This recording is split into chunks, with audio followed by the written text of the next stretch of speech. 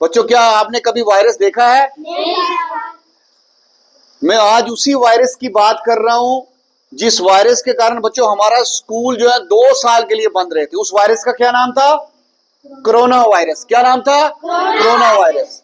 बच्चों वायरस को अगर हमें देखना है तो उसके लिए हमें एक माइक्रोस्कोप चाहिए जिसका नाम होता है इलेक्ट्रॉन माइक्रोस्कोप। कौन सी?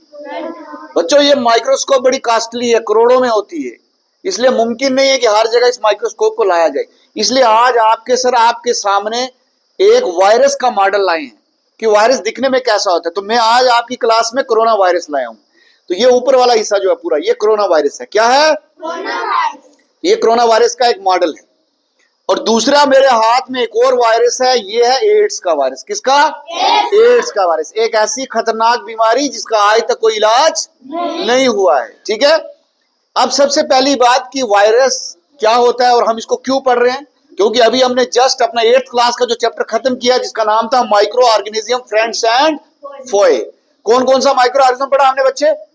Bacteria, fungi, protozoa, algae. लेकिन जब बात आती है वायरस की, क्या ये माइक्रो ऑर्गेनिज्म है? तो ये नहीं है, क्योंकि ये लिविंग और नॉन लिविंग को लिंक करता है। अब लिविंग क्यों नहीं है? वायरस क्यों लिविंग नहीं है, क्यों जानदार नहीं है? क्योंकि वायरस का जिस्म सेल का बना हुआ नहीं होता। तो याद रखना बच्चों, वायरस के पास सिर्फ 2 चीजें होती हैं। कितनी? 2। एक प्रोटीन और दूसरा जेनेटिक मटेरियल। एक प्रोटीन और दूसरा, ये वायरस है। इसके बाहर जो आपको ये कांटे कांटे नजर आ रहे हैं ना बच्चा, ये कांटे कांटे है प्रोटीन, और बीच में आपको ये जो मोती जैसा स्ट्रक्चर नजर आ रहा है, धागे जैसा स्ट्रक्चर नजर आ रहा है, ये है इसका जेनेटिक मटेरियल। अब जेनेटिक मटेरियल 2 किस्म का हो सकता है, डीएनए भी और आरएनए भी। तो इसका कोरोना वायरस का क्या होता है? आरएनए। तो अब आपके माइंड में इतना जरूर आना चाहिए कि जब भी घर को आपको आपके सामने कोई वायरस का नाम ले तो आपको ऐसी शक्ल याद आ जानी चाहिए कि सर ने हमें दिखाया था कि वायरस ऐसा होता है। ठीक है, दूसरा देख लो, एड्स वायरस। ये ऐसा वायरस है, ये हमारे खून में रहता है। कहां पर रहता है? खून में रहता है। इसकी पसंदीदा जगह है खून। अब इसका जो ये सफेद रंग वाला हिस्सा है, ये बेसिकली है प्लाज्मा मेम्ब्रेन। जैसे हमने कहा था हमारे जो सेल है उसके बाहर की जो मेम्ब्रेन होती है उसको प्लाज्मा मेम्ब्रेन बोलते हैं। लेकिन ये जिस इंसान के जिस्म में रहता है उस सेल की मेम्ब्रेन को इसने अपने ऊपर लपेट दिया होता है जब उस सेल को फाड़ के बाहर आता है।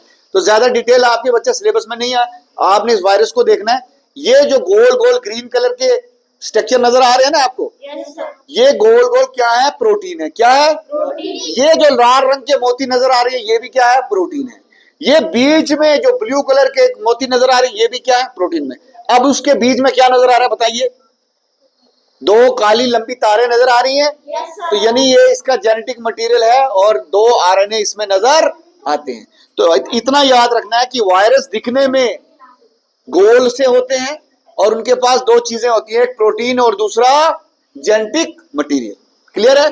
अब बड़ी इंटरेस्टिंग चीज देखिए, ये है मेरे जिस्म का कोई एक सेल। ये वायरस मेरे जिस्म के अंदर गया और मेरे सेल के साथ ऐसे चिपक गया। चिपक गया कि नहीं? यानी वायरस मेरे सेल के अंदर चला गया। अंदर जाने के बाद क्या किया?